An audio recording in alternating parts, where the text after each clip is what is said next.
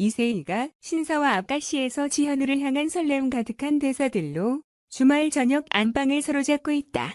이세희는 KBS ETV 주말 드라마 신사와 아가씨에서 주연 박단단 역을 맡았다.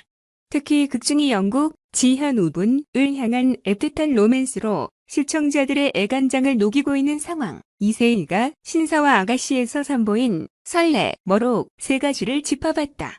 샵 회장님만 보면 심장이 터지겠다. 솔직 엑스러블리 최종 진담 고백 신사와 아가씨 12회. 이영국의 집에서 가정교사로 생활하고 있던 박단단. 그는 서로 행방을 몰랐던 박수철, 이종원과 장미숙, 임예진 이극적으로 만나게 돼 열린 가족 모임에 참석해 기쁜 마음으로 술을 먹게 됐다. 이영국은 귀가 시간이 늦어지는 박단단을 집 앞에서 기다렸다. 박단단은 이영국과 만난 뒤 술을 먹어 죄송하다는 말을 전했다. 이영국은 오히려 비틀거리는 박단단을 잡아주며 그를 살뜰히 챙겼다. 이에 박단단은 회장님이 저한테 잘해주니까 심장이 터지겠다. 심장이 난리다라며 회장님을 좋아하는 것 같다. 저 심장병 걸리면 어떡하나라고 고백했다. 샵 회장님 올 때까지 기다리겠다. 우산 속 입맞춤 돌직구 신사와 아가씨 34회. 박단단은 자신을 좋아하는 것 같지만 마음을 드러내지 않는 이영국의 행동에 서운했다. 이후 비가 거세게 내리고 있는 가운데 이세종, 서우진과 이세찬, 유준서 그리고 이재니, 최명비 네 문제집을 사서 이영국의 집으로 온 박단단, 고정우, 이루를 만나고 들어오던 이영국은 박단단에게 우산을 씌워줬다. 박단단은 이영국의 친절함에 다시 한번 반해 그에게 입맞춤을 했다. 이영국은 크게 당황하며 분명히 안 좋아한다고 말했다라고 박단단을 거부했다. 하지만 박단단은 다음날 저에 대한 마음이 있다면 오늘 저녁 8시 남산에서 만났으면 좋겠다라며 회장님이 올 때까지 기다리겠다고 전했다. 결국 박단단은 이영국과 남산에서 만나며 풋풋한 연애를 시작했다. 샵 회장님 믿는다. 언제나 기다리겠다. 이영국 향한 수뇌보 신사와 아가씨 46회. 박단단은 조사라 박하나 때문에 이영국과 이별하게 됐다. 이영국은 과거 등산을 하던 도중 발을 헛디뎌 산에서 떨어졌다. 이후 기억을 잃고 22살 시절로 돌아가게 된 이영국. 현재 이영국은 기억을 찾은 상태지만 조사라가 당시 이영국과 사랑을 나눴으며 그의 아이를 가졌다고 주장했다. 박단단은 과거에도 이영국이 자신을 사랑했다고 주장하며 이는 거짓이라고 말했다. 그러나 이영국은 끝내 박단단을 밀어냈다. 이 같은 상황에 이영국의 아이들은 박단단과 함께 하기 위해 집을 나왔다. 이영국은 무언가에 이끌리듯 자신도 모르게 박단단의 집으로 향했다. 박단단은 자신의 집을 찾은 이영국을 보며 나를 보러 오신 거냐라고 물었다. 이후 이영국이 급하게 돌아가려고 하자 뒤에서 그를 껴안으며 언제나 여기서 기다리겠다. 보고 싶거나 만나고 싶으면 찾아와라고 전하며 위로했다. 이세희는 신사와 아가씨 박단단을 통해 순수하면서도 귀여운 매력을 드러내며 시청자들의 이목을 사로잡고 있다.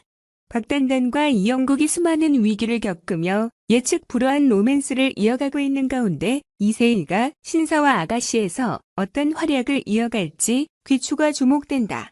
정혜리 2016년 난소암 투병 항암으로 머리 빠져 현재 완치.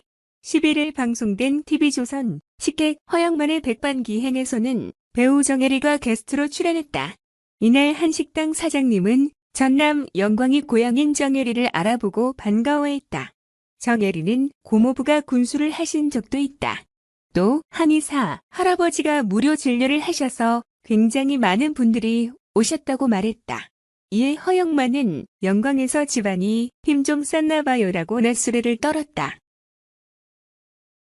정혜리 앞에 수식어처럼 따라다니는 봉사에 대해서도 이야기했다. 그는 30년 전에 드라마를 찍으러 영화관에 갔는데 만 5살까지 아이들이 100명 넘게 있더라. 다시 오겠다고 하고 나왔는데 그 약속이 마음에 자꾸 걸렸다. 그렇게 다니기 시작한 게 이렇게 오랜 시간이 됐다고 털어놨다.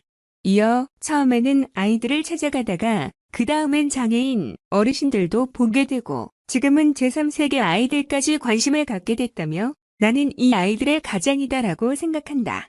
가장이 아이들을 살린다는 건 당연하지 않나라고 밝혔다. 허영만이 후원금도 많이 냈다고 들었다고 하자 정혜리는 지금은 못하는데 과거 10년간 매달 1,000만 원을 냈다. 현재는 일을 그렇게까지 하지 못해서 그렇게까지 못 낸다고 털어놨다.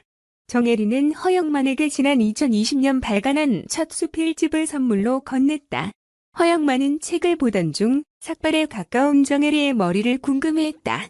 이에 정혜리는 머리를 자른 이유가 있었다. 2016년에 아팠다. 난소암에 걸려서 수술도 하고 항암을 했다. 여성암은 100% 머리가 빠진다며 항암 끝나고 더벅더벅 난 머리를 다시 정리해서 자른 날 이 감사함을 기억하자 생각해서 사진을 찍었다고 털어놨다. 정혜리는 고기를 먹으러 간다는 이야기에 망설였던 비하인드도 밝혔다. 그는 항암을 견디려면 단백질을 많이 먹어야 했다.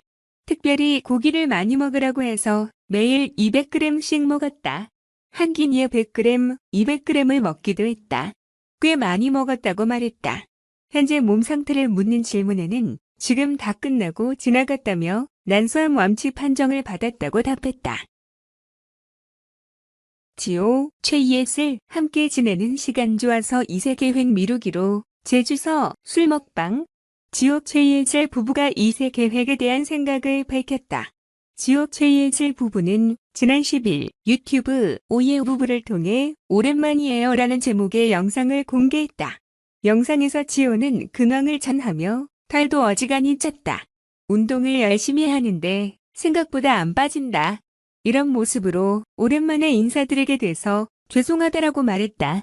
지호는 저희에게 큰 변화가 있을 때 다시 인사드리고 싶다고 말씀드렸었는데 벌써 1년이 훌쩍 넘었다.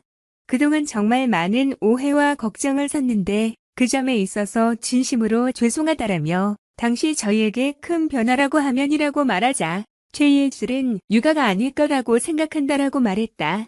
지호는 살아가다 보니까 저희 두 사람이 지내는 시간이 너무 좋아서 조금씩 미루게 됐다라며 변화가 아예 없지만은 않았다. 원래 보금자리였던 서울에서 완전히 제주로 완전히 이사를 했다. 서울에 있을 때보다 지금 제주에 있는 시간들이 어떻게 보면 진짜 온전히 저희 두 사람에게 집중하고 있는 시간이 많은 것 같다라고 밝혔다. 지호는 계획에 대해 예전에 저희 영상들 중에서 술 먹방 콘텐츠를 많이 좋아해 주셨던 것 같다라고 밝혔다. 최이엣도 그래서 술이 그전보다 많이 늘었다라고 덧붙였다.